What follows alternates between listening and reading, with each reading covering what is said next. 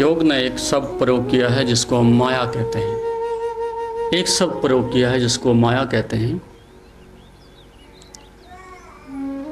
माया का अर्थ है जो है और नहीं भी है। ठीक ऐसी स्थिति जैसे आप सपने में होते हैं, उस अवस्था में सब कुछ सच सच होता है। ठीक कहीं सच से भी ज़्यादा सच दिखाई पड़ता है, लेकिन आँख खुलने के बाद जब आप बिस्तर में देखते हो तो वहाँ आपको कुछ भी दिखाई नहीं पड़ता, सब बिखर जाता है आँख खुलते ही। लेकिन उस अवस्था में सब कुछ, जैसी दुनिया आपकी सपने में बसी है, वो सब आपको सत्य भाषित होती है, आँख खुलने पर समाप्त हो जाती है। ये एक अवस्था हुई। दूसरी अवस्था, जब आप आँख खोलते हो और संसार में अपने नित्य के कार्यों में संलग्न होते हो, उसको भी वेदांत ने, योग ने माया ही कहा है। जिन लोगों से भी आप बात कर रहे हो, जिस दृष्टिकोण से बात कर रहे हो, जिस आशा के साथ आप बात कर रहे हो, जिस शरीर, संसार और संसार से संबंधित जितने भी विषय हैं उनको बढ़ाने की बात कर रहे हो, योग की दृष्टि से वो भी माया ही है। सुबह से लेकर के रात्रि तक, दिन और रात, जो भी आपकी मन स्थिति है, वो एक मूर्छा से, एक मूढ़ता से, एक अज्ञानता से दूसरी अज्ञानता में इसी प्रकार से गतिमान रहती है। क्योंकि अज्ञान या तो पूरा अज्ञान ही होता है और या ज्ञान पूरा ज्ञान ही होता है। ऐसा नहीं हो सकता कि रात झूठ में बिताई और दिन सच में बीतेगा, या दिन को सच में बिताया है, रात तुम्हारी जो है झूठ सिद्ध हो जाएगी। ऐसा अध्यात्म के जगत में कोई चमत्कार होता नहीं। या तो तुम रात को भी देखोगे तो पूरा सच ही देखोगे, और दिन में भी पूरा सच ही देखोगे, सच ही सुनोगे, या ठीक इसके विपरीत आप एक झूठ से दूसरे झूठ में प्रवेश करोगे। ये बात अलग है कि एक व्यक्ति शराब पी लेता है और उसको इतनी बेहोशी होती है कि अपने परिवार के लोगों को भी पहचानना बंद कर देता है, मूर्छा सघन हो जाती है। ठीक इसी प्रकार से अज्ञान की अवस्थाएं अलग अलग हो सकती हैं, लेकिन जहाँ तक ज्ञान की अवस्था है, उसमें या तो पूरा ज्ञान या फिर पूरा अंधकार, इस प्रकार की अवस्था होती है। तो जो अपने को ऐसा मान करके चलते हैं कि हम जाग गए हैं, तो जागने का अर्थ इतना ही है कि जो नित्य के कार्य हैं आपके, उनको करने के लिए आपकी इंद्रियां सक्षम हैं। कि आप गाली देना चाहो तो मन में तो गतिमान होगी, लेकिन वाणी के ऊपर आप नियंत्रण कर सकते हो, क्योंकि आपका 1 से 2% जो चेतन मन है, वो चालाकी से, होशियारी से या सामाजिक भय से आपको गाली देने से रोकता है। चोरी करने का भाव मन में पैदा हो गया तो उसको दिन में रोका जा सकता है इस बात से कि सामाजिक अपराध है, इसलिए चोरी नहीं की जा सकती। लेकिन जो सपने में स्थिति थी, जागने पर भी वो चीज़ इंद्रियों के माध्यम से तो व्यक्त नहीं होती, लेकिन मन के स्तर पर वो रहती ऐसी ही है। चाहे वो धन की बात है, चाहे सम्मान की है, अहंकार की है, लोभ की है, क्रोध की है, ऐसी चलती है।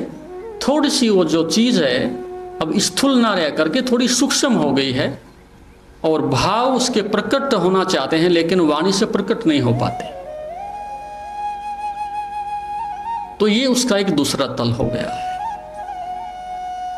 इस प्रकार से योग ये कहना चाहता है कि जब तक इस माया के साथ में आपका तादात्म्य बना हुआ है, इस माया के साथ में आपको सम्मोहन ने घेरा हुआ है, इस मूढ़ता के साथ में आपका मन समाज और संसार की आशा से संलग्न है, उतने से पहले अध्यात्म के जगत में प्रवेश करना असंभव है। क्योंकि एक ही शक्ति है। यदि वो सारी शक्ति बाहर की ओर उलझी हुई है सांसारिक विषयों की ओर आकर्षित है और उनको प्राप्त करने के लिए आपकी कामना बराबर तत्पर है, तो फिर आप उस शक्ति को आनंद में नहीं बदल सकते, उस शक्ति को आप शांति में नहीं बदल सकते, उस शक्ति को आप समाधि में परिवर्तित नहीं कर सकते। तो माया शब्द जो प्रयोग हुआ है, जो वेदांत ने भी प्रयोग किया है, योग ने भी प्रयोग किया है, उसका अर्थ अब ये नहीं है कि हम समाज से, संसार से, परिवार से घृणा करने लगे। हम एक बात को पहले ध्यान में रख करके जिए, उस बात को पहले हम अपनी नियति में इसको स्वीकार करके जिए कि माया का अर्थ है केवल ये प्रकृति की, परमात्मा की जो शक्ति है उसका हम उपयोग करें और मुक्त हो जाएं। शक्ति से लड़ोगे तो हार जाओगे, क्योंकि प्रकृति के पास बहुत बड़ी शक्ति है। आप आंखें नहीं फोड़ सकते, दृश्य तो देखना ही पड़ेगा। आप कानों को बंद नहीं कर सकते, श्रवण तो करना ही पड़ेगा। आप भूख और प्यास को समाप्त नहीं कर सकते, वो तो सुसाइडल हो जाएगा, आत्महत्या हो जाएगी। तो योग ये कहता है कि प्रकृति ने जो आपको साधन दिए हैं उसको आप आवश्यकताओं पर सीमित कर दीजिएगा। और जब इच्छाओं की बात आती है तो इसका अर्थ यह है कि फिर आप उस माया के द्वारा ठगे जा रहे हो। आवश्यकता का अर्थ यह है मेरे शरीर से जुड़ी हुई आवश्यकता है, भोजन है, भूख है, प्यास है, नींद है। जितनी संतुलित है उतनी ले लेंगे। जीवित रहने के लिए जितनी आवश्यकता है उसका उपयोग कर लेंगे। धन जो मिला है उसका भी उसी प्रकार से उपयोग कर सकेंगे। तो जब धीरे धीरे आप एक ऐसी स्थिति ले आते हो, एक ऐसा संतुलन ले आते हो कि जो भी अनावश्यक इच्छाएं मेरे अंदर पैदा हो रही हैं, चाहे वो धन की हैं, चाहे संसार की हैं, पद की हैं, किसी भी प्रकार की हैं, यदि उनको आप साथ साथ रखना चाहते हो तो इसका अर्थ ये है कि एक साथ में दो कार्य करना चाहता हूं, कि संसार को भी बचाना चाहता हूं, कि झूठ भी बना रहे और सत्य को भी पाना चाहता हूं। तो साधक का पहला लक्ष्य यह है कि प्रकृति ने जो शक्तियां दी हैं उन शक्तियों को सीमित करते हुए शरीर और मन के तल पर अपनी आवश्यकताओं की पूर्ति करते हुए जो अतिरिक्त आपके पास शक्ति बचती है। अब आप यहां पर बैठे हो, आपके पास अतिरिक्त शक्ति बिल्कुल भी नहीं है। मन के पास 24 घंटे इतना कार्य है, इतना अथाह कार्य है 24 घंटे, कि वो बराबर जो है एक अनावश्यक चिंतन में, अनावश्यक वाद विवाद में, तर्क और वितर्क में, संसार की ऊहा और पौ में बराबर आप यहाँ शरीर से कितने बैठे रहो, लेकिन एक सेकंड भी ऐसा नहीं आता बीच में अंतराल के रूप में जिसमें आपको ऐसा लगता हो अब वो चीज़ वहाँ रह गई है और मैं समग्रता से शरीर और मन से यहाँ स्थापित हूँ, बैठा हुआ हूँ। तो संसार की माया का, उसके प्रलोभन का, उसकी इच्छाओं का, कामनाओं का इतना बड़ा सघन जमघट है अंदर कि उसमें से एक सेकंड के लिए भी कोई ठहराव नहीं है। और यदि ठहराव नहीं है तो सत्य को प्रवेश करने के लिए वहां कोई स्थान नहीं मिलेगा। यदि पूरे पदार्थों से और वासना और इच्छाओं से और संसार से पहले आपने अपने मन को, चेतना को लबालब भरा हुआ है, तो ऐसी स्थिति में सत्य को प्रवेश करने के लिए वहां कोई स्थान नहीं है। इसलिए पहली शर्त साधक के साथ ये है कि खाली होने की जो कला है, पदार्थ से भरे हुए मन को वहां से हटाने की जो एक आपके मन में वैराग्य की भावना है, वो पहले आ जानी चाहिए। उसका अर्थ न घृणा है, न किसी प्रकार का कुछ संघर्ष है। ये बात आपके मन में समझ में आ जानी चाहिए कि जो चीज़ अनावश्यक रूप से प्रविष्ट हो गई है और जिसकी कोई आवश्यकता नहीं, और वो चीज़ भी बराबर मन में गतिमान हो रही है, तो साधना की दृष्टि से आपके लिए वो बहुत बड़ी बाधा है। तो माया का अर्थ है कि शक्तियों का उपयोग करेंगे लेकिन आवश्यकता की दृष्टि से करेंगे। अनावश्यक बोलना, अनावश्यक चिंतन करना, अनावश्यक देखना, अनावश्यक भोजन करना, अनावश्यक नींद के लिए लोलुप होना, वो सारी चीज़ें साधना की दृष्टि से मनुष्य की चेतना को मूर्छित करती हैं। अब आप जब बोलते हो तो बोलने का अर्थ है बहुत बड़ी मूर्छा है।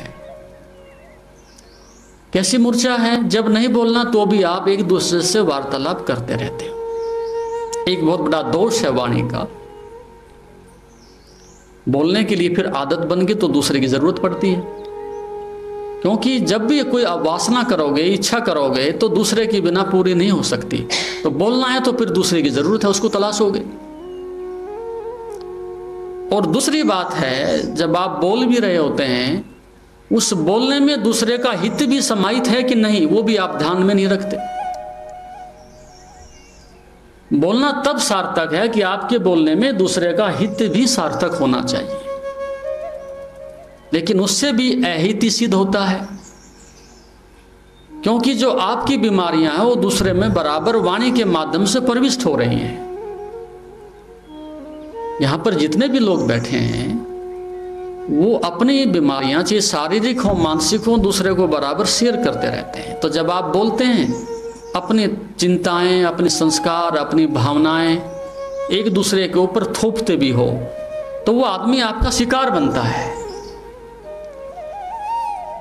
और यदि शिकार नहीं बनता और आपके अनुरूप आचरण नहीं करता, तो फिर उससे एक तरह का वाद विवाद पैदा होता है, एक तरह का संघर्ष पैदा होता है। इसलिए आप बराबर इस प्रकार के व्यक्ति को चुनते हो कि जहां अपनी मानसिक भड़ास किसी प्रकार से निकाल सके। तो वो भी ध्यान में रखें जब वाणी का प्रयोग करें कि भाई उसकी दूसरे के लिए भी कोई सार्थकता है या नहीं है। तीसरी बात महत्वपूर्ण यह है वाणी के विषय में, जो आप कहने जा रहे हो वो आपका अनुभव भी है कि नहीं है, ये भी देखिएगा। जो आप दूसरे को सलाह देने जा रहे हो, जो आप दूसरे को उपदेश देने जा रहे हो, जो आप दूसरे से वार्तालाप कर रहे हो, क्या वो आपका अनुभव भी है कि नहीं। और यदि अनुभव नहीं है तो दूसरे के लिए बहुत खतरनाक सिद्ध हो सकता है।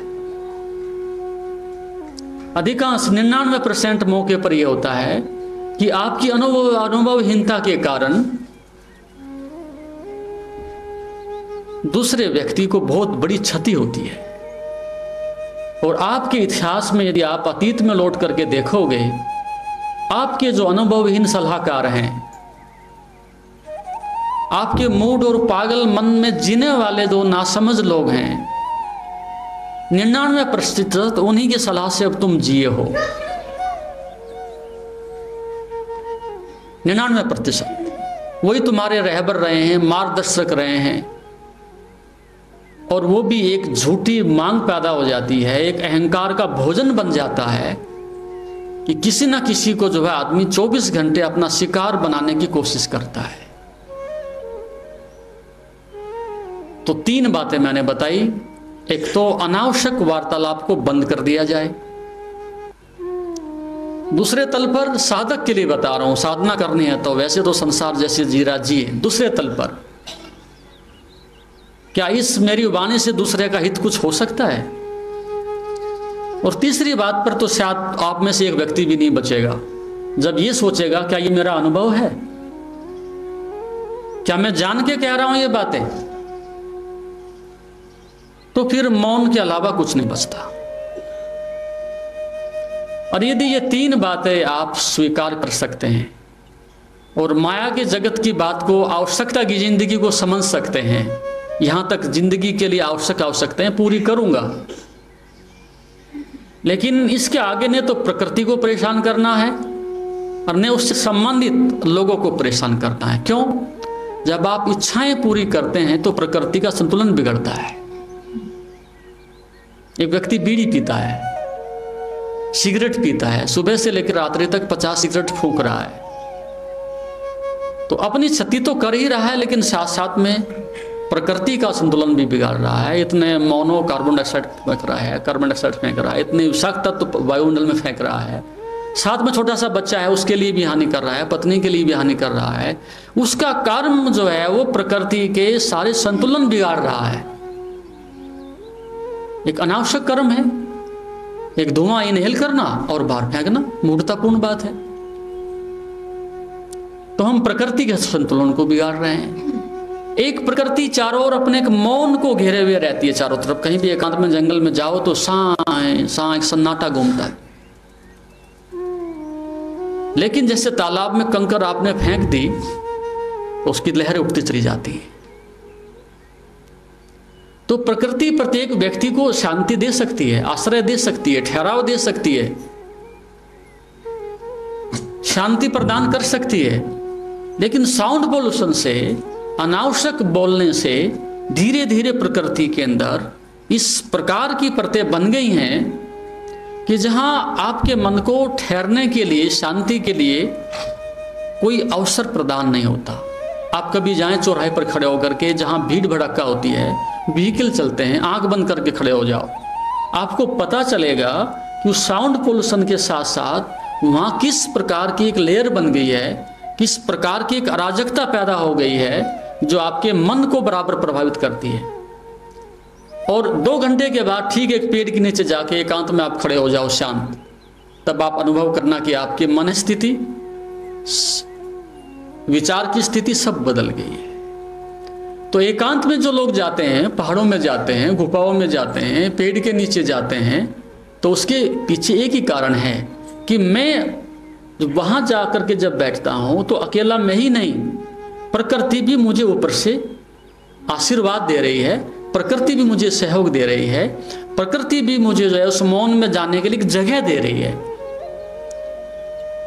तो जब शक्ति को एक जगह ठहरना हो तो उसके लिए एक वैक्यूम चाहिए। एक गर्भस्थ स्थिति के लिए जैसे बच्चे के लिए जगह चाहिए, ऐसी शांति के लिए एक अंतःकरण में, आपके मन में एक जगह चाहिए। और वो जगह जितनी बड़ी होती चली जाती है उतने ही ध्यान और समाधि के लिए आपके अंतःकरण में एक वातावरण निर्मित होता चला जाता है।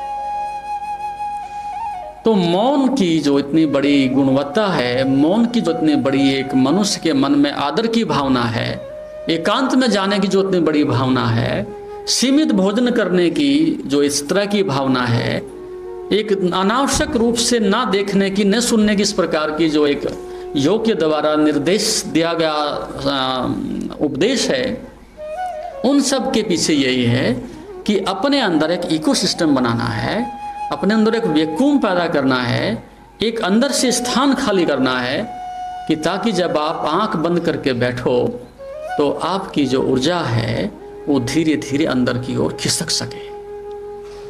यदि आप किसी ट्रेन में बैठे हुए हो या आप अपनी गाड़ी में बैठे हुए हो और आप अपने आगंतुक किसी मित्र को जो है अंदर लेना चाहते हो तो आप तभी ले सकते हो कि जब दरवाजा खाली करोगे।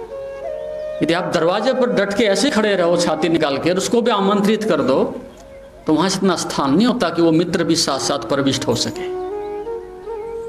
तो यदि सत्य को अंदर आने देना है, ध्यान को शांति में बदल देने के लिए उसको अंदर जगह देनी है, तो उसके लिए अनावश्यक रूप से जो भी कूड़ा कचरा आप लोगों ने इकट्ठा किया हुआ है उस सब का वापिस होना अत्यंत अनिवार्य है।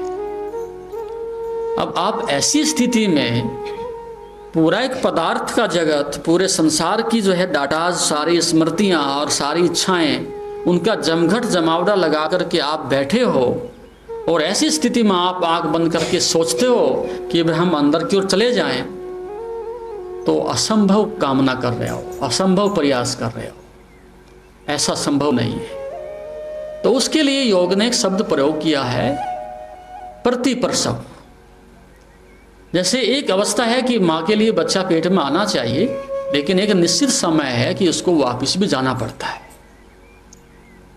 लेकिन मनुष्य के साथ ऐसा नहीं है। यदि कोई विचार आपके अंदर आ गया तो फिर कभी वापस गया ही नहीं, वो अनंत अनंत जन्मों तक आपके अंदर ही वो गतिमान रहता है, आपका पीछा करता रहता है। स्वाभाविक रूप से यदि आप स्वस्थ व्यक्ति होते, एक संतुलित जीवन जिए होते, तो सुबह कोई बात आ गई थी तो सायंकाल को वो वापसी चली जानी चाहिए। लेकिन ऐसा नहीं होता। जो आ गया, आए थे मेहमान की तरह से, और फिर वो हमेशा के लिए ही बस जाते हैं विचार। तो इस प्रकार की भीड़ में सत्य को जानना योग के अनुसार असंभव हो जाता है। इसलिए इतने लोग जो प्रयास करते हैं, कुदाल लेकर के खूब पसीना भी बहाते हैं, कई कई वर्ष तक वो बैठते भी हैं, उनके मन में एक प्यास भी होती है, लेकिन उनकी असफलता का मूलतः कारण ये होता है कि जब तक वो अनावश्यक रूप से संचित जगत आपका प्रतिप्रसव नहीं होता, उससे आपको एक अनासक्ति का भाव पैदा नहीं होता, उस मूढ़ता और पागलपन को देख करके उसके प्रति आपका मोह भंग नहीं होता, उतने से पहले अध्यात्म की जगत में संभावनाएं खत्म हो जाती हैं। तो पहली बात तो एक कोने में बैठ करके शांतिपूर्वक इस बात के लिए समीक्षा पुनः करने की जरूरत है कि अनावश्यक रूप से जो इतना सारा ये जहर इकट्ठा करके लेके घूम रहे हैं, इसकी मेरे जीवन में सार्थकता भी क्या है? कौन सी सार्थकता है उससे? कौन सा अमृत उससे मुझे मिल रहा है जो मैं लोगों की गालियां भी, भूत और भविष्य की योजनाएं भी, आगे आने वाली संभावनाएं भी, पड़ोसी की भी, अपने की भी, सब की जो है इकट्ठी करके और उसकी जुगाली करता रहता हूं जानवर की तरह से, उस सब की सार्थकता क्या है इसमें? और जब तक जो है आपकी इसके प्रति ऊब पैदा नहीं होती, इस इतने बड़े दुख के साथ आप जी रहे हैं, छाती को लगा करके, उसके साथ भी आपका एक सम्मोहन पैदा हो गया है, जब तक उसके प्रति ऊब पैदा नहीं होती कि ये बेमतलब ही हम ढोए जा रहे हैं, उतने से पहले जीवन में कोई क्रांति आने की संभावना नहीं है। तो साधक पहले तल पर क्या करता है कि शरीर से आरंभ करता है, एक प्राकृतिक नींद खोजता है, उतनी नींद जो जरूरत है। एक प्राकृतिक भूख खोजता है, कितनी भूख जरूरत है। एक प्राकृतिक रूप से उतने वस्त्र ग्रहण करता है जिसकी जरूरत है। एक प्राकृतिक रूप से इतना आवास रखता है जिसकी मुझे आवश्यकता है। तो पहला उसके मन में जो भाव पैदा होता है, अनावश्यक रूप से संचित की गई शरीर और शरीर से संबंधित जो भी सामग्रियां हैं, ईमानदारी से उसको सीमित कर दिया जाए। पहला कदम वो संभव है, उसमें कोई ज्यादा आनाकानी नहीं है। आप यदि पड़ोसी के लिए नहीं जीते, दिखावे के लिए नहीं जीते, लोग क्या कहेंगे इस भाव में आप अहंकार में नहीं जीते, तो ये काम आसानी से हो सकता है। अपने लिए जी रहे हैं, अनावश्यक रूप से अपने जीवन को सजा देने की कोई जरूरत नहीं, तो उससे कई लाभ ये हो जाएंगे। अनावश्यक रूप से आपके भोजन को पचाने के लिए बहुत शक्ति चाहिए। 5-10 किलो भोजन पहले ही पेट में पड़ा हुआ है और रात्रि को उसमें आप 2 किलो और डाल देते हैं, तो इसका अर्थ है कि रात्रि आपकी बहुत दुख से बीतेगी, बहुत बेचैनी से बीतेगी, क्योंकि पूरी मस्तिष्क की जितनी ऊर्जा है वो सारी सारी पेट में उतर जाएगी, क्योंकि उसको भोजन को पचाना है। बार बार आपका मन वहाँ जाएगा, आपका मस्तिष्क वहाँ जाएगा, और आपको उस भोजन को पचाने के लिए रात भर एक मल युद्ध करना पड़ेगा स्वयं के साथ, तो नींद नहीं आ सकती। इसी प्रकार से सारी चीजें धीरे धीरे विकृत होती चली जाती हैं। तो पहले आप प्रकृति के निकट आइएगा और फिर शांतिपूर्वक बैठ करके अपने मन का अवलोकन भी करिएगा, वो दूसरा तल है। उसमें से कोई भी अपना एक दोष, जिसकी मैंने सुबह चर्चा की थी, उस इतनी बड़ी भीड़ में से कोई एक दोष अपना ढूंढ करके निकालिएगा, चाहे वो लोभ की वृत्ति है, चाहे अहंकार की है, चाहे क्रोध की है, चाहे वासना की है। एक वृत्ति कोई भी प्रबल है जो आपको इतना नाच नचाती है और आपके सब ताने बाने को तहस नहस कर देती है, उसको खोज निकालिएगा। और फिर उसके जो स्रोत हैं, जहां से भी वो चीज पैदा हो रही हैं, चाहे वो मेरे से हो रही हैं, पड़ोसी से हो रही हैं, दुश्मन से हो रही हैं, मित्र से हो रही हैं, उस स्रोत को आप निगाह रखिएगा, धीरे धीरे बंद करते जाइएगा। 1 महीने में बहुत बड़ा स्रोत आप बंद कर सकते हो। पहली बार आपको पता चलेगा कि उस एक स्रोत के पकड़ लेने के कारण, उसके गिर जाने के कारण जो बाकी भीड़ है धीरे धीरे धीरे धीरे वो भी वहाँ से भागने लगती है। जब उनका एक सरदार मारा जाता है तो फिर बाकी लोग भी अपने आप ही भाग जाते हैं। तो वहाँ से साधक ईमानदार से फिर आरंभ करेगा कि इतनी बड़ी जो है ये भीड़ जिसको मैं ढो रहा हूँ उसकी कोई आवश्यकता नहीं है। तो एक संतुलन पैदा होता है, एक संयम पैदा होता है, उसकी अत्यंत आवश्यकता है। तो ये कुछ चीज़ें हैं कि जो साधना की दृष्टि से आप लोगों के लिए अत्यंत आवश्यक हैं। जब तक वहाँ से आपकी पीठ नहीं फिरती उतने से पहले कोई बहुत बड़ी क्रांति आप चाहें जीवन में आ जाए, कोई रूपांतरण हो जाए, तो उससे कोई लाभ होने वाला नहीं है। ये आप करें, क्योंकि जो गृहस्थ आश्रम में रह रहे हैं उनकी बहुत सारी समस्याएं हैं। इतना आसान तो नहीं है, लेकिन फिर भी आप साधना की दृष्टि से अपने लिए बहुत कुछ वहाँ ऐसा एक वातावरण निर्मित कर सकते हैं कि इतने द्वंद्व और दुख से मुक्त होने के लिए बहुत कुछ आप उसमें से एक सामंजस्य, एक तालमेल बैठा सकते हैं। उसकी आप प्रयास करें। तो ये एक चुनौती है आप सबके लिए। यदि आप इसको स्वीकार करते हो और उस परम सत्य को पाने के लिए, उसको जानने के लिए आपके मन में इस प्रकार की तड़फ है, तो निश्चित रूप से आप आज नहीं तो कल एक अच्छे साधक बन सकते हो।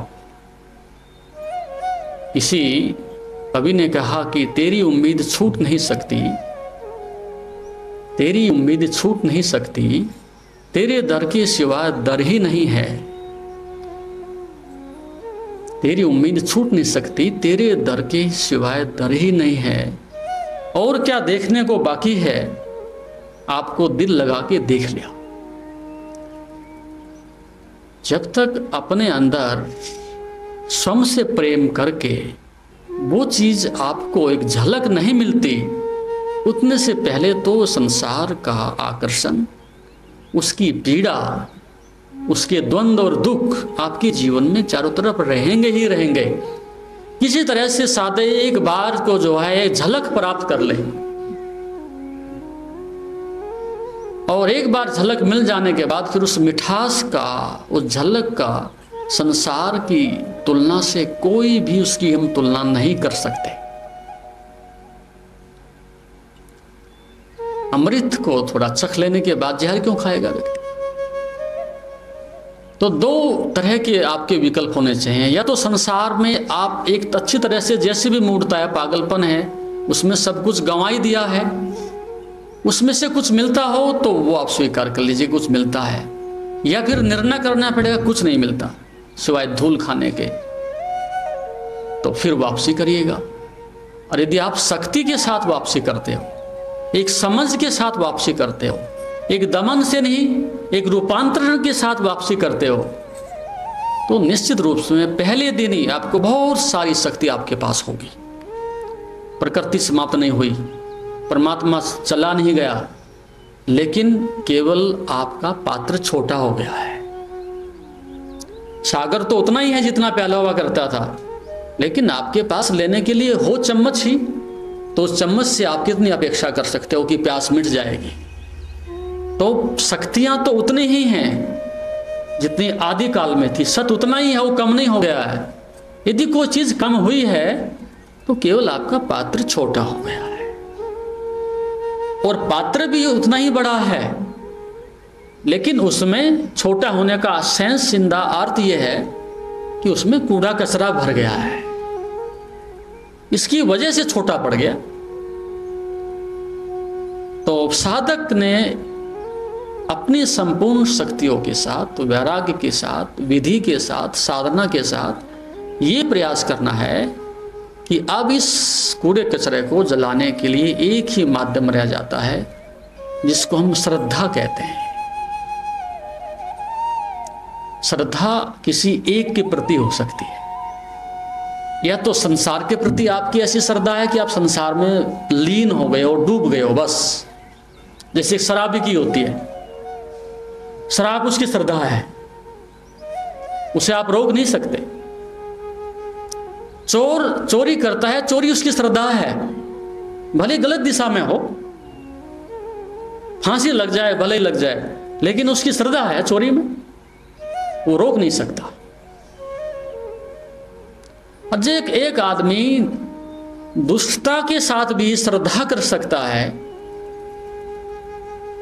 जहर को भी अपने जीवन को समर्पित कर सकता है, तो तुम्हें तो कम से कम अपने अमृत के प्रति इतना प्रेम तो होना चाहिए, सत्य के प्रति इतना आदर तो होना चाहिए कि हम उसके प्रति समर्पित हो जाएं। देखा धनी आदमी को, कैसी श्रद्धा है उसकी, देखने जैसी है। कंजूस आदमी की श्रद्धा, एक एक पैसा उसकी आत्मा है, किसी के साथ कोई समझौता नहीं, एक पैसा उसके लिए बहुत बड़ी बात है। ऐसा एक जादूगर आया नगरी में, कई दिन तक लोग उसका खेल देखते रहे, बड़ी शोहरत फैली, बड़ा प्रचार हुआ, बड़ा नाम हुआ। उस नगर का जो सबसे बड़ा कंजूस आदमी था, उसके बेटे ने कई बार कहा, पिताजी हमें भी दिखा दो। पत्नी ने कई बार कहा, महाराज हमें भी दर्शन करा दो। उसने कहा, ठहरो, तुम्हें पता है कितने परिश्रम से धन आया है ये? उन्होंने कहा, जी अंबार लग रहे हैं, गरीब गरीब आदमी जिनके पैरों में जूते नहीं, तन पर कपड़ा नहीं, वो भी देखने जा रहे हैं। आप तो इतने बड़े धनी हो इस नगर के, तभी तो धनियों की कुछ निकलने नहीं देता। यदि मैं निकलने देता ऐसे तुम्हारे कहने से, तो धनी होते कैसे? धनी होने का मतलब यही है, हवा नहीं बाहर निकलने देता। अंतिम दिन आ गया, पड़ोसी भी कहते रहे, घर वाले भी कहते रहे, लेकिन वो टस से मस नहीं हुए। फिर सोचा यार बड़ी इंसल्ट हो रही है, इतने लोग कह रहे हैं, चलो वो खिड़की तक चले गए, अंतिम शो है। उस व्यक्ति ने कहा कि 3 रुपए लगेंगे 3 लोगों के। उसने कहा, यार 2 से नहीं चलेगा, क्या 2 रुपए से नहीं चलेगा? बोला, भागो, इतना टाइम हमारे पास नहीं, पिछले वाले को आने दे, बहुत बड़ी लाइन है, यहाँ कोई बार्गेन नहीं होती है, सौदा नहीं है, 3 से कोई कम नहीं। और कोई विकल्प नहीं था, कोई समय भी नहीं था, मुश्किल से 3 रुपए सड़े हुए निकाल करके उसने दिए। पीछे जो आदमी खड़ा था झट से लाइन से निकल करके बाहर भाग गया। उसने कहा, ठहर भैया, तुम क्यों जा रहे हो? अभी तो हमारे पास जगह, अंदर सीट खाली है। बोला, जो जादूगर दिखा सकता है उससे बड़ा चमत्कार तो ये हो गया। वो अंदर वाला चमत्कार तो कुछ भी नहीं, मेरा तो प्रेम ही खत्म हो गया, आकर्षण खत्म हो गया कि अंदर जादूगर क्या दिखाएगा। इस नगर के महाकंजूस आदमी ने 3 रुपए दे दिए, तो मुझे वहां 1 रुपया खर्च करने की जरूरत नहीं है। तो धनी आदमी भी धन की इतनी मर्यादा, इतना प्रेम, इतनी आस्था रखता है, तो उसकी श्रद्धा है, लेकिन गलत दिशा में श्रद्धा है, ये बात अलग है। वो श्रद्धा उसको नरक में ले जाए, उसे वो भी स्वीकार है, लेकिन वो अपनी बात पर अड़िग है। लेकिन साधक की सकारात्मक श्रद्धा भी, प्रेम देने वाली श्रद्धा भी, सत्य देने वाली श्रद्धा भी, उस पर भी संदेह होता है, उसमें भी कंजूसी करता है।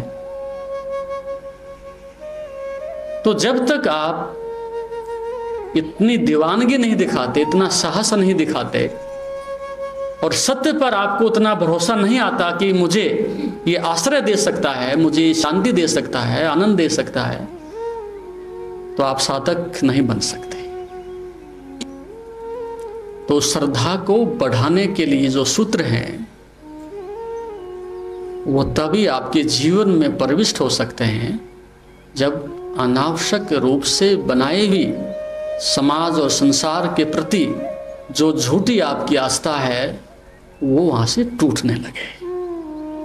बाहर के जो बेसहारे को जो सहारा समझ रखा है, बेसाखियों को जो तुमने पैर समझ रखा है, कागज की नाव को जो आपने जिहाज समझ रखा है, जब तक ये आपके अंदर से विवेक नहीं जगता कि संसार मुझे ले जा कहां तक सकता है,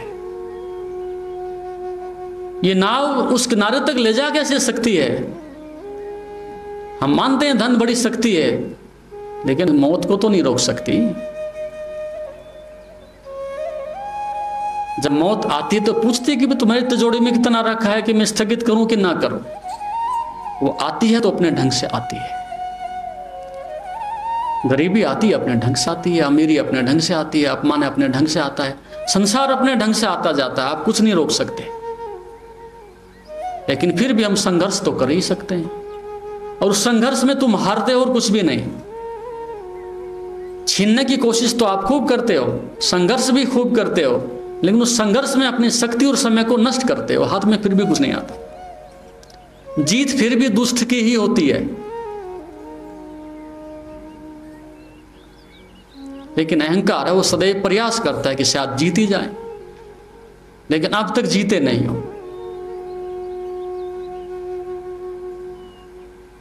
तो जीतने का जो ढंग है वो यही है कि समाज से पीठ फिर जाए तो स्वयं को जीत सकते हो। दूसरों को तो आज तक वो जीत ही नहीं सका। जिन लोगों को मन में भ्रांति है कि मैंने किसी को जीत लिया है, पति और पत्नी में इतना बड़ा जो संघर्ष है वो यही तो है।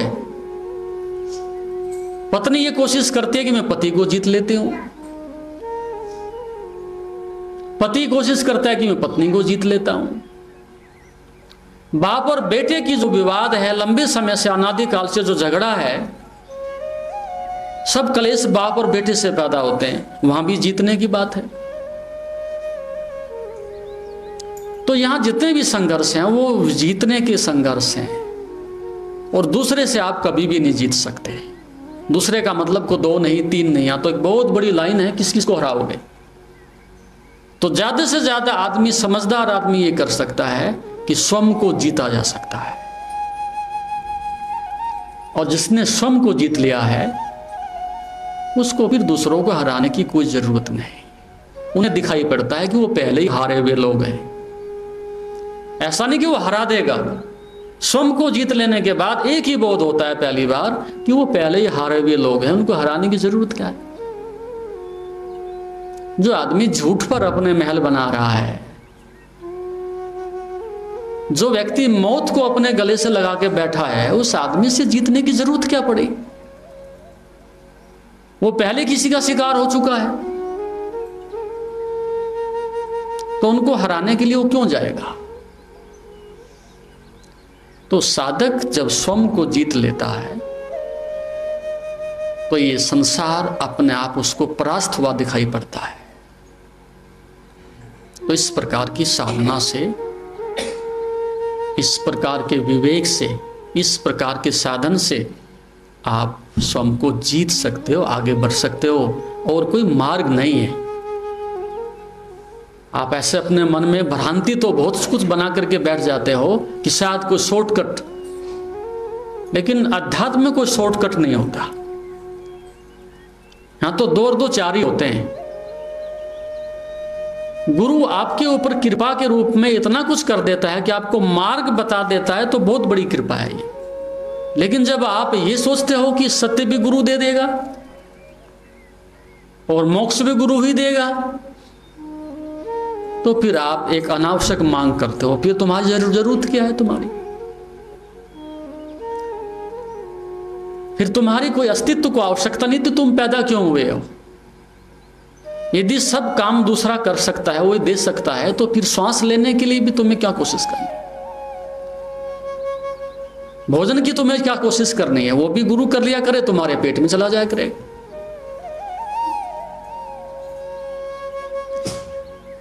मैं नकार नहीं रहा, गुरु बहुत कुछ है, गुरु की बहुत बड़ी कृपा है, लेकिन उसका अर्थ यह नहीं कि तुम सो जाओ, उसका अर्थ यह नहीं कि तुम आलसी बनकर के पड़े रहो। तुम्हारा पुरुषार्थ, अथक पुरुषार्थ, और उसके साथ जुड़ी गुरु की कृपा, तब सत्य का अवतरण होता है। और आप पहले कदम पर कहो कि जो भाग्य में होगा जी हो जाएगा, जो गुरु जी कर देंगे जी मिल जाएगा। इस बात के कारण से बहुत बड़ा पाखंड फैला है, और बहुत लोगों ने एक अच्छे अवसर को अपने हाथ में से गंवाया है। गुरु पूरा था, भरपूर था, मालामाल था, लेकिन शिष्य वंचित इसी बात से रहे कि जिस दिन चाहेंगे दे देंगे, और यदि मैं चाहूं भी तो क्या आप चाहोगे, यह भी बहुत बड़ी समस्या है। मैं चाहूं आपके अंदर घुस जाऊं तो आप मुझे भी नहीं घुसने दोगे, क्योंकि कौन अंधकार चाहता है कि प्रकाश घुस जाए? नहीं चाहेगा। अभी भी आपका मेरे से 5% प्रेम हो सकता है, लेकिन 95% प्रेम तो उसी से है जिससे तुम बने हो। और जब तक तुम्हारा प्रेम और तुम्हारी जड़ें वहां से जुड़ी हुई हैं, वो सत्य से नहीं जुड़ सकती। तो गुरु कई बार प्रवेश करता है तुम्हारे अंदर, ऐसी बात नहीं करता, कई बार प्रवेश करता है, लेकिन ऐसी दयनीय अवस्था पाता है कि वहां सब द्वार दीवार की तरह से बंद होते हैं। थोड़ा बहुत को झीना पर्दा कभी कभी होता है, उसी में झलक मिलती है तुम्हें। साधना करते करते कई बार पर्दा काफी झीना हो जाता है, उस अवस्था में तुम एक कदम एक पौड़ी ऊपर चढ़ जाते हो, अन्यथा बिल्कुल ब्लाइंड एकदम से दीवार की भांति है आपका अंतःकरण। उसमें कहीं से भी कोशिश करें घुसने के लिए, कोई दरवाजा नहीं बचता। तो फिर गुरु को भी निराश और हताश होकर के वापिस लौटना पड़ता। मदद तो करना चाहते थे, लेकिन मदद भी तभी की जा सकती ना कि दूसरा व्यक्ति उसके लिए पात्रता भी अर्जित करता। वो जगह खाली नहीं मिलती। इस प्रकार से उस श्रद्धा को जन्म देने के लिए, उस परम सत्य को जानने के लिए आपको इस भ्रांति को हटा देना चाहिए। हम खूब पुरुषार्थ करेंगे, अथक पुरुषार्थ करेंगे, और उसके साथ केवल प्रार्थना करेंगे कृपा हो जाए, और हमारी पात्रता हो तो हम प्रतीक्षा करेंगे। क्या करेंगे? प्रतीक्षा करेंगे। और प्रतीक्षा करना इतना आसान नहीं होता। श्रद्धावान तो अनंत काल तक भी प्रतीक्षा कर सकता है, लेकिन अहंकारी आदमी कभी प्रतीक्षा नहीं करता। अहंकारी आदमियों का सबसे बड़ा दोष है कि जहां भी प्रतीक्षा की बात आती है, सपोज आपके घर में आए और उससे 5 मिनट गेट पर खड़ा होना पड़ जाए, बहुत पीड़ा होती है। उखाड़ के फेंक दे ऐसा मन होता है। अंदर आता है तो वो चाय तक पीने की बात नहीं करता, पहले उस भड़ास को निकालने की कोशिश करता है। तुम्हारी हिम्मत कैसे हुई? कहीं भी जाता आदमी पहले अपना स्तर देख लेता है, मुझे किस स्तर पर रखा है। सोफे पर रखा है, कुर्सी पर रखा है, जूतों की जगह रखा है, हृदय में रखा है, बाउंड्री पर रखा है। आदमी घुसते ही अपने मित्र के पास जाए, घर में जाए, अपना स्तर तलाशता है, कौन से स्तर पर रखा है। लेकिन श्रद्धावान स्तर नहीं देखता, उसे तो जहां जगह मिल जाए वहीं शरणागति, जहां जगह मिले वहीं शरणागति। और अहंकारी आदमी को कभी शरणागति का मतलब ही नहीं, उसे किसी की शरण चाहिए भी नहीं। अहंकारी आदमी तो ये चाहता है कि दूसरा मेरी शरण में आए। अहंकारी आदमी का जो प्रबल एक दुर्गुण होता है, वो हमेशा ये चाहता है दूसरा मेरी शरण में आए। श्रद्धावान चित्त का पहला लक्षण ये होता है कि मैं किसी की शरण में चला जाऊं, और ये बहुत जोखिम से भरा हुआ काम है। दूसरे के अंदर, दूसरे के प्रति शरणागति होने का मतलब है मैं असुरक्षा में जा रहा हूं। दूसरे के प्रति, दूसरे की जाकर के गोद में लेट जाना बच्चे की भांति, दूसरे के सामने गर्दन ही नहीं सब कुछ सर्वस्व रख देना, इसका अर्थ है बहुत बड़ी असुरक्षा में जा रहा हूं। क्योंकि दूसरा कुछ भी कर सकता है, दूसरा कुछ भी कह सकता है, स्वीकार करे ना करे।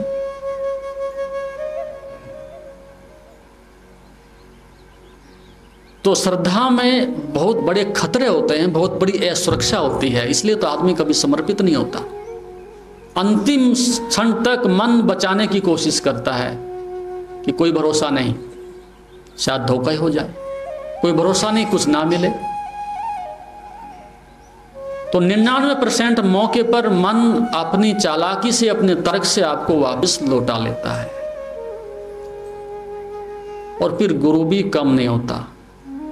ऐसी स्थिति में दूसरा व्यक्ति तो असुरक्षा से डरता ही डरता है, थोड़ा बहुत उसके मन में कहीं भाव बनता भी है। गुरु के माध्यम से भी कई बार इस प्रकार की चीजें जिसका कोई अर्थ नहीं होता, जिसके कोई सिद्धांत नहीं होते, कि आदमी वहां से भाग खड़ा होता है, उसे भी कुछ देखना पड़ता है, उसे भी आने से पहले कुछ उस व्यक्ति को टटोलना पड़ता है कि व्यक्ति ये भावुकता में तो नहीं है,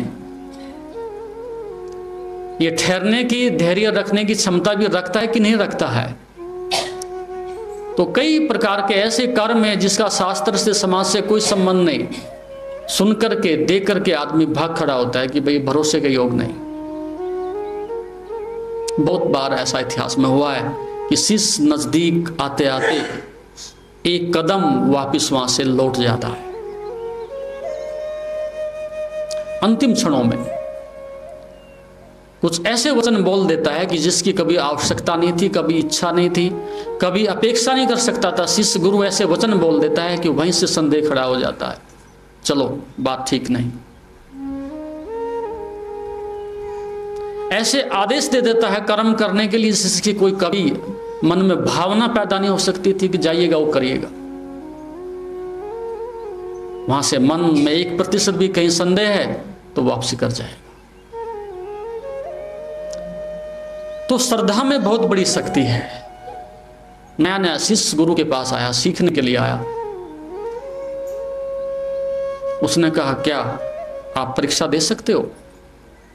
बोले हाँ, आप कहिएगा। जहां वो बैठे थे बहुत ऊंची पहाड़ी थी, नीचे बहुत बड़ा खड्ड था। उन्होंने कहा कि आप छलांग लगा जाओ। 1 सेकंड नहीं लगा, वहीं से झट से लुढ़क गए। तो जो गुरु भाई वहां पर बैठे हुए थे और काफी लंबे समय से जो संभावना थी कि ये शिष्य आगे जा ही चुका है, इसकी श्रद्धा इतनी पवित्रता लिए हुए है, इतनी श्रद्धा है इसकी कि ये सत्य के निकट ही पहुंच गया है, तो गुरु भाइयों को इस बात के प्रति ईर्ष्या थी। कई बार गुरु को कहते रहे कि आप इसकी परीक्षा क्यों नहीं लेते? बोले वक्त आएगा तो लेंगे। तो जब उन्होंने कहा कि छलांग, उन्होंने 1 सेकंड नहीं सोचा कि इतना बड़ा पहाड़ और इतनी गहराई, इतनी बड़ी खाई है।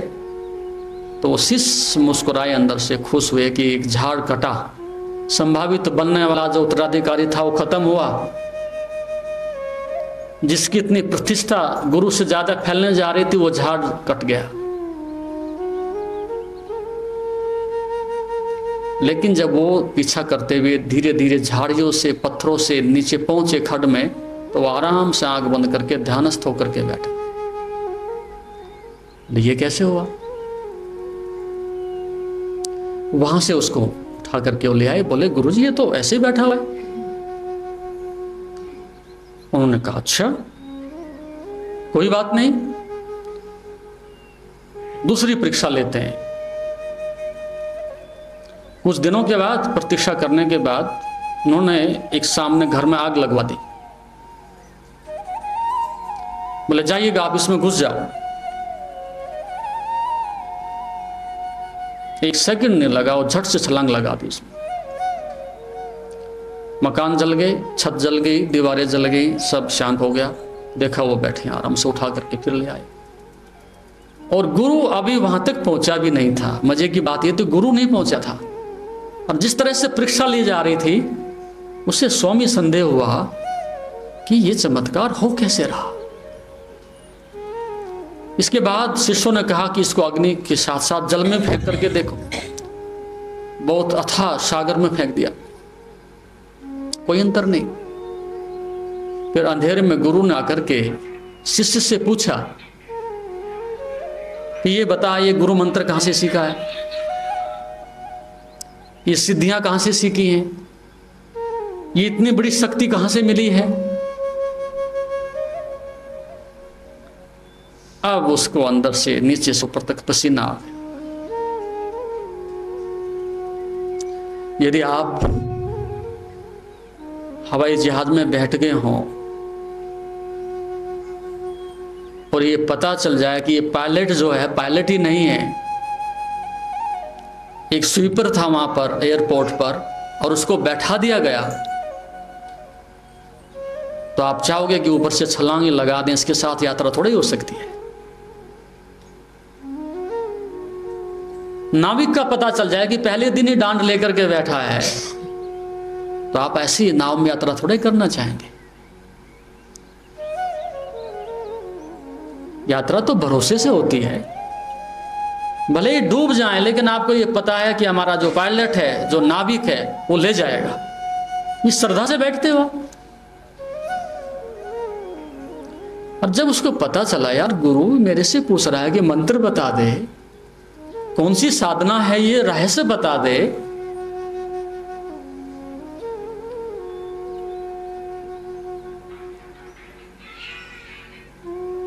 तो अंदर से संदेह पकड़ गया और उसने कहा ठीक है, अब मैं आपको रहस्य बता देता हूं। मेरे पास कोई साधना है न मंत्र है, एक ही बात थी, आपने दी थी और आपने वो छीन ली। आपकी श्रद्धा से ही चमत्कार हो रहे थे। मैंने सब कुछ आप पर न्यौछावर कर दिया था, समर्पित कर दिया था। जो कुछ था आपसे ही हो रहा था, आपके माध्यम से ही हो रहा था। और अब आप मुझे कहो कि अग्नि की बात तो बहुत दूर है, थोड़ी सी तपती हुई बालों में मुझे डाल दो तो मेरे शरीर में फफोले पड़ जाएंगे, अब कुछ नहीं हो सकेगा। अगर हुआ भी फिर यही, इसके बाद सब समाप्त हो गया। तो श्रद्धा पूरे अस्तित्व से जुड़ी हुई शक्ति होती है। माध्यम किसी को भी बना ले, वो भले गुरु ना पहुंचा हो, लेकिन शिष्य पहुंच गया था, एक माध्यम मिल गया था। लेकिन जब संदेह आ गया, उन्हें वो शक्ति वापस लौटा दी गई। तो जिसके पास जितनी बड़ी श्रद्धा है, उसके पास उतनी बड़ी अस्तित्व की शक्ति है, और जिसके पास संदेह है, उसके पास उतनी ही सीमित और सीमित सिकुड़ती हुई शक्ति है। तो जितने तुम सिकुड़ते जाते हो, उतना ही प्रकृति तुमसे छीनती जाती है,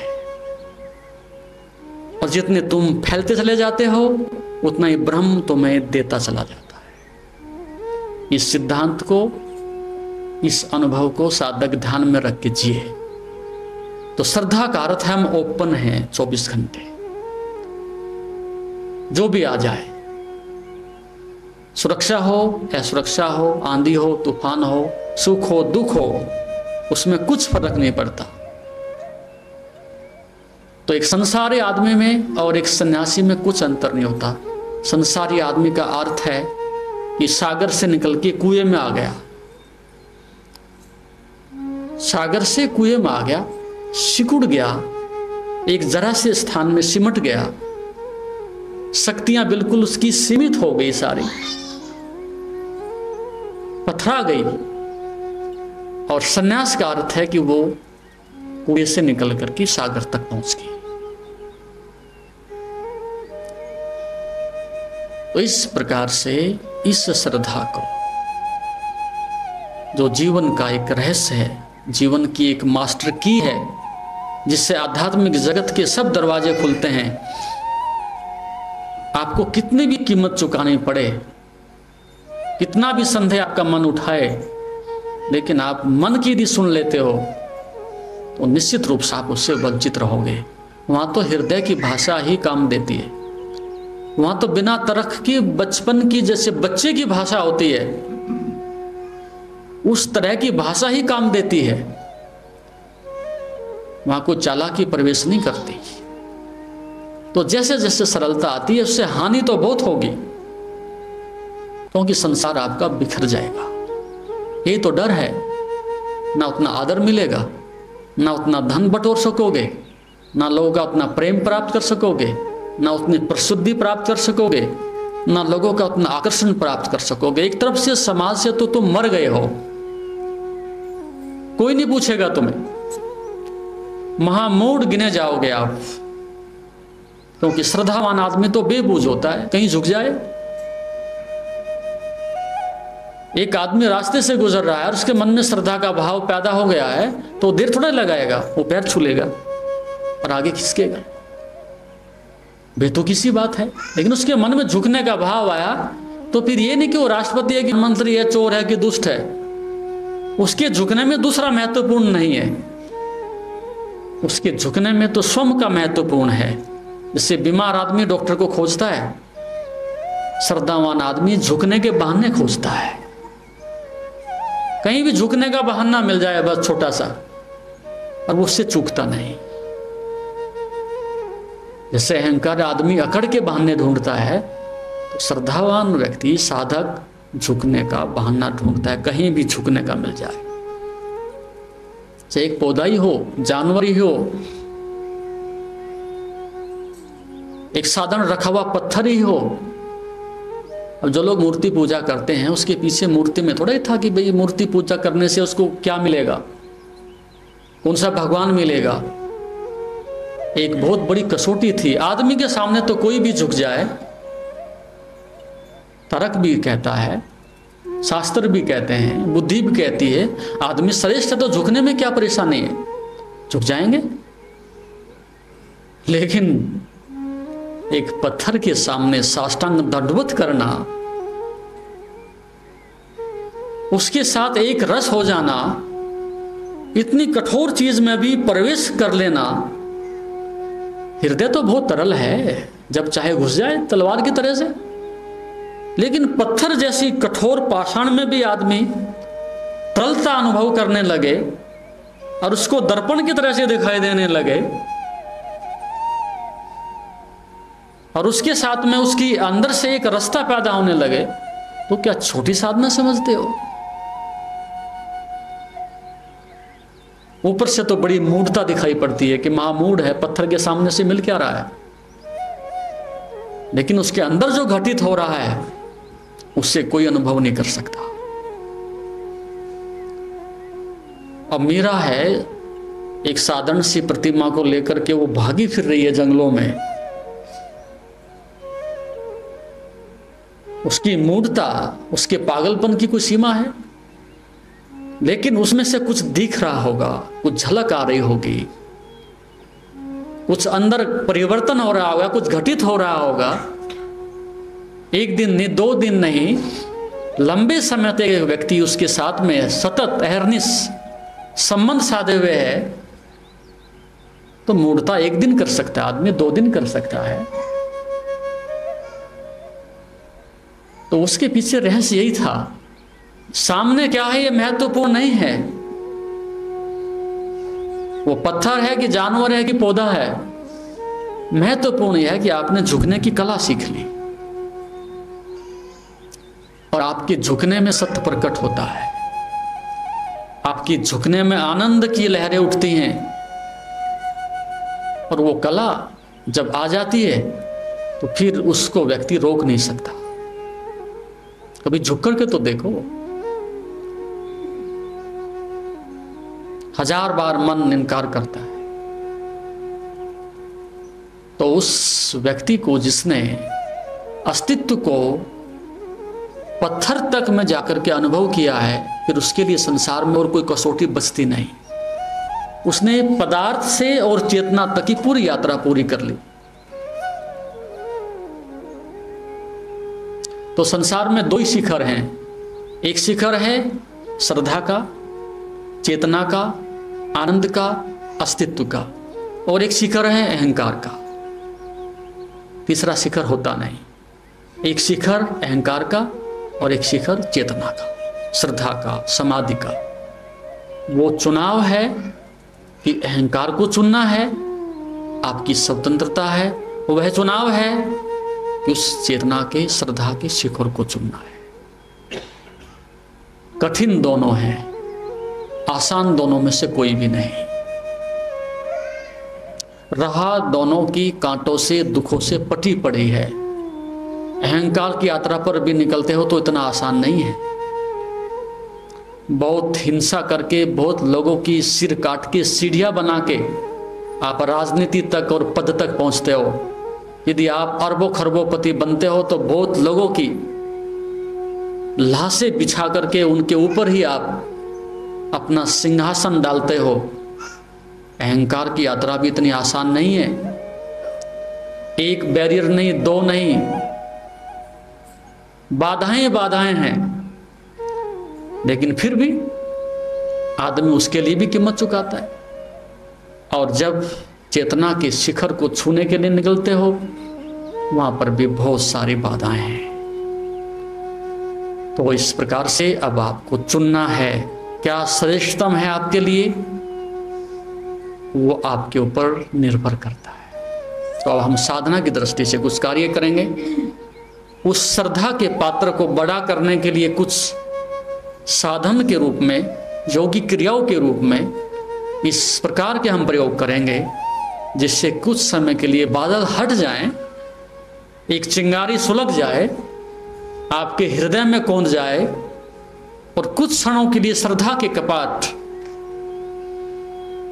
वो प्राप्ति नहीं, अचीवमेंट नहीं, एक्सीडेंटल, अकस्मात घटी हुई घटना, जैसे आप रात्रि को जंगल में यात्रा करते हो, अमावस्या की अंधेरी रात में, और आप भटक जाएं और आकाश में से कई बार बिजली कड़क जाए, तो आपको 50-100 मीटर का रास्ता तो एक बार को दिखाई दे ही जाता है। वो ऑन ऑफ नहीं है कि आपके घर की बिजली है, जल गई थी, ठीक है जी, एक बार को मार्ग दिखाई देगा।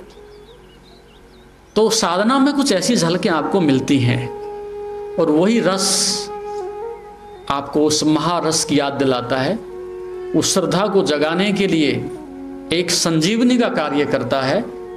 उसकी दृष्टि से आप प्रयास करो।